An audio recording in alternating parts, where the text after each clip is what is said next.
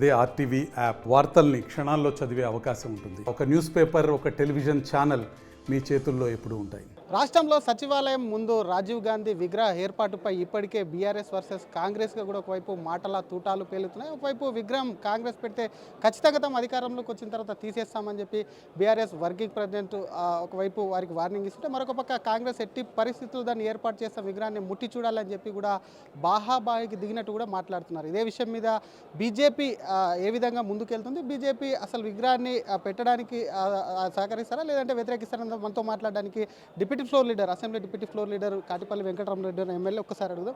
చెప్పండి, విగ్రహానికి సంబంధించినటువంటి ఇష్యూ చూస్తూనే ఉన్నారు, దాన్ని ఎట్లా చూస్తారు? దీనికి అసలు ఫస్ట్ పాత్రికేయులు చెప్పాలా, ఈ విగ్రహాలు పెట్టడం వల్ల ప్రజలకు నష్టమా లాభమా, పెట్టకపోతే మన నష్టం ఉందా? పాత్రికేయులు వ్యతిరేకిస్తే ఆపేశారంటారా రాజకీయ నాయకులు? పాత్రికేయులు అయితే అడిగే ప్రశ్నకైతే ఇదే సమాధానం కదా. అసలు ప్రజలకు లాభమయ్యే పని, ప్రజలకు ఉపయోగపడే పని, ప్రజలు నిత్యం ఫేస్ చేసే సమస్యల మీద మాట్లాడి దాని మీద పాత్రికేయులు అడిగిన ప్రశ్నలకు రాజకీయ నాయకులు మాట్లాడగలిగితే వారి పైలబొగులు ఉంటుంది. రాజకీయ నాయకులు ప్రజలకు సేవ చేయాలనే ఆలోచన ఉంటుంది. ఎంతసేపు ప్రజలకు ఉపయోగపడే పనులు, ప్రజలు పట్టించుకొని పనుల గురించే మాట్లాడడం ఎక్కువ జరుగుతుంది. అన్న, ఇప్పుడు ప్రధానమంత్రిగా ఇందిరాగాంధీ గారికి, జవహర్లాల్ నెహ్రూ గారికి ఒక ప్రత్యేకత ఉంది. ఇందిరాగాంధీ గారికి బ్యాంకింగ్ నేషనలైజేషన్ చేసింది ఆమెకు ఒక ప్రత్యేకత ఉంది. రాజీవ్ గాంధీ గారు వచ్చినప్పుడు విజన్ 2020 పెట్టిండు. ఇవాళటి మార్పులకు చేర్పులకు నాంది పలికినటువంటి వ్యక్తి.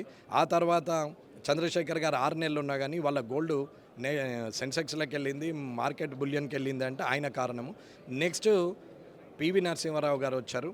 ఇవాళటి ఈ ఎక్స్పోజర్ ఏదైతే ఇండియాది ఉందో, ఈ మనం ఏదైతే లగ్జరీ అనుభవిస్తున్నామో ఆయన ఇంపోర్ట్ అండ్ ఎక్స్పోర్ట్ క్రియేట్ చేసిండు.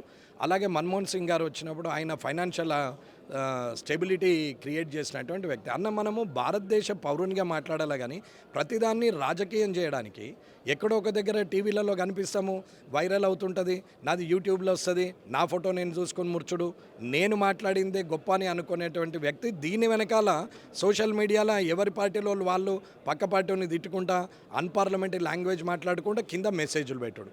మొత్తం మాట్లాడింది ఏంది అనేది కూడా వినలేని, ఓపిక లేని ఈ సోషల్ మీడియాలో వింటారు చూడండి, ఆ సన్నాసులకు బుద్ధి ఉండాలా. మొత్తం మాట్లాడిన తర్వాత అందులో ఏదైతే అంటున్నారో అది నిజమైన పాయింటా కాదా, నిజంగానే కరెక్టా కాదా అని తెలుసుకొని దాని మీద స్పందించే అలవాటు నేర్చుకోమని సోషల్ మీడియాను ఫాలో అయ్యేటువంటి మెసేజ్లు పెట్టేటువంటి సోదరిమణులకు నేను ఒకసారి విన్నవిస్తున్నాం. నోరుంది కదా, సోషల్ మీడియా ఉంది కదా, నోటికి వచ్చినట్టు చేస్తా అంటే ఎవరు ఊరుకునే ప్రసక్తి లేదు. ఏదో ఒకటి దొంగ పేరు పెట్టుకొని దాని మీద కామెంట్స్ చేస్తూ పోతుంటే ఇవాళ పొలిటికల్ పార్టీలు కూడా దానికి ఒక కాల్ సెంటర్ పెట్టుకొని కామెంట్లు చేపిస్తూ ఉంటే ఇంకా దిగజారిపోతుందే తప్ప రాజకీయ వ్యవస్థ ఎదగడం లేదు. ఇకపోతే మీరు అడిగిన ప్రశ్న, ఇప్పుడు మన్మోహన్ సింగ్ గారు, వాజ్పేయి గారు ఇవాళ రోడ్లు వేసారు, మొత్తం 4 లైన్స్ అయింది. అదే ఆయన సాకారం, ఆయన కళ సాకారం చేసిండు. ఇవాళ నీళ్లు కార్లో పోతూ బస్సులో పోతూ నీళ్లు తాగితే మూతి మీద కూడా నీళ్లు పడే పరిస్థితి లేదు. అంతటి 4 line roads national highways join చేశారు. ఇకపోతే తర్వాత వచ్చినటువంటి మన మోడీ గారు కానీ ఇవాళ ఇప్పటి వరకు కూడా ఆయన క్లియర్గా ఇవాళ నేషనల్ వైడ్ కాకుండా ప్రపంచవ్యాప్తంగా భారతదేశం దిక్కు వచ్చేటట్టు చూశారు. ఇంతమంది ప్రధానమంత్రులు కలిస్తే భారతదేశం అనేది పైకి పోతున్నది. ఒక్కొక్కరు ఒక్కొక్కలాగా పనిచేస్తున్నారు.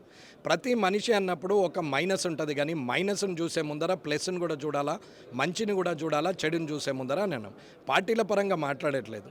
విగ్రహాలు స్వాతంత్ర సమరయోధులు విగ్రహాలు పెట్టారు, గాంధీ గారి నుంచి మొదలు పెడుతూనే భగత్ సింగ్ గారి దాకా. అలాగే మనము తెలంగాణ కవులు, తెలంగాణ పోరాట యోధులు అందరి కూడా విగ్రహాలు పెట్టారు. ఏ ఒక్కడన్నా ఏదన్నా కానీ, అది బ్యూరోక్రాట్ కానీ, సెలబ్రిటీ కానీ, పొలిటీషియన్ కానీ, ఫోర్త్ ఎస్టేట్ మీరైనా సరే ఎన్నడన్నో బట్ట పెట్టి దూడ్చినామా? ఆ విగ్రహాలకు దుమ్ము దులిపినామా? వాటికి నీళ్లతో అడిగినామా? పుంటిగూర పొక్కానికి ప్రజల సొమ్ము ప్రజలకు వంస్తున్నారంటే పాలాభిషేకాలు చేస్తారు ఫ్లెక్సీలకు. కానీ ఈ విగ్రహాలను ఎన్నడన్నా కడిగినరా? నెలల కనీసము 4 సార్లు కడిగిన వ్యక్తి ఎవడన్నా, కనీసం సంవత్సరానికి ఒకసారి విగ్రహాలు పెట్టడం కాదు, వాటిని సంరక్షించడము, దాన్ని మెయింటైన్ చేయడం కూడా నేర్చుకోవాలా. ఇప్పుడు ప్రధానమంత్రి రాజీవ్ గాంధీ గారికి ఒక ప్రత్యేకత ఉంది. ఆ ప్రత్యేకత ఉందని విగ్రహాలు పెట్టుకుంటూ పోతే రేపొద్దున మీ విగ్రహం, నా విగ్రహం కూడా ఇంకో 20 ఏళ్ళకి పెట్టాలన్నా, మరి విగ్రహాలు పెడితే ప్రజలు ఎక్కడ ఉంటారు అనేది కూడా ఆలోచించాలి. ఇంకోటి హైడ్రాకి సంబంధించి చాలామంది రాజకీయ నేతలు కానీ బడాబాబులకు సంబంధించినటువంటి అది ఎఫ్టీఎల్ కానివ్వండి ఇతరకు సంబంధించినటువంటి ప్రభుత్వ స్థలాల్లో ఉన్నాయి. వాటిని కూల్చట్లేదు, సామాన్య ప్రజల మీద కూడా గుల్పిస్తున్నారు మీరు మాట్లాడి. ఇప్పటికీ అది రాజకీయ రంగు కూడా పులుముకుంది. దీనిపై మరొక్కసారి ఏం చెప్తారు అధికారులకు కానీ కమిషనర్ కానీ? అన్న నిన్న నేను 45-50 నిమిషాలు నేను మాట్లాడిన ప్రెస్ మీట్లో బడాబాబులు చోటాబాబులు అమీరోళ్ళు గరీబోళ్ళు ఉన్న ధనవంతులు లేనోడని మాట్లాడలేదన్న. అధికారులు ఎక్కడ పనిచేస్తారు? ప్రభుత్వంలో పనిచేస్తారు. ఆ అధికారులు పనిచేసే ప్రభుత్వం ఎలా అయింది? ఎమ్మెల్యేలందరూ కలిసి మంత్రులయ్యి ముఖ్యమంత్రులు అయితే అయింది. వీళ్ళందరినీ ఎన్నుకున్నది ఎవరు? ప్రజలు.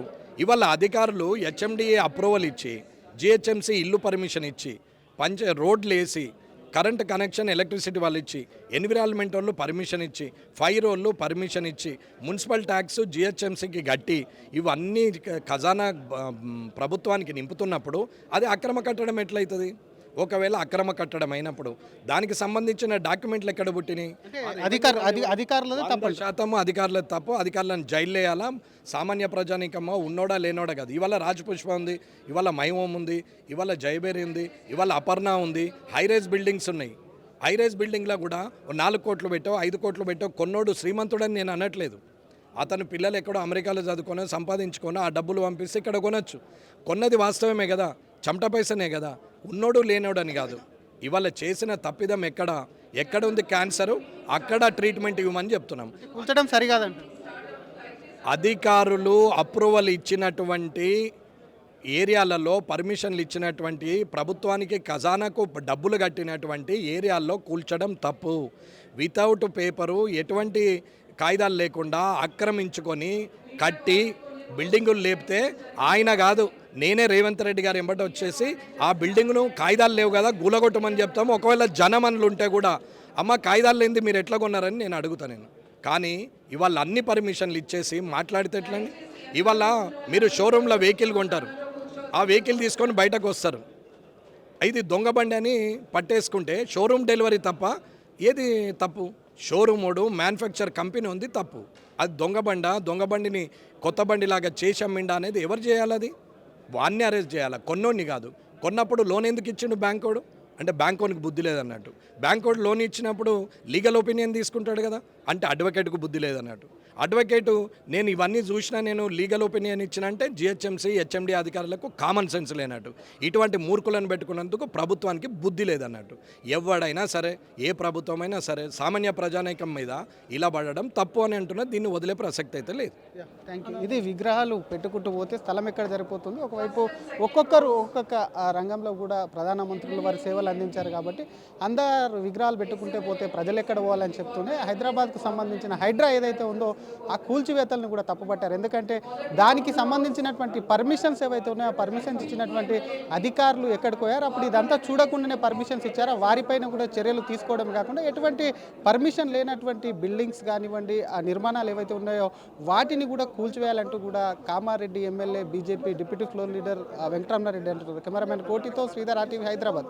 హైదరాబాద్ సుచిత్ర సర్కిల్ కి ఒక విశేషం. మీ లలిత జ్యువెలరీ సుచిత్ర సర్కిల్ కి వచ్చేసింది. ఆగస్ట్ 18న బ్రహ్మాండమైన ప్రారంభోత్సవం. Lalitha jewellery, A block, green park avenue, Suchitra road. మీ లలిత జ్యువెలరీలో ధరలు చెక్ చేయండి.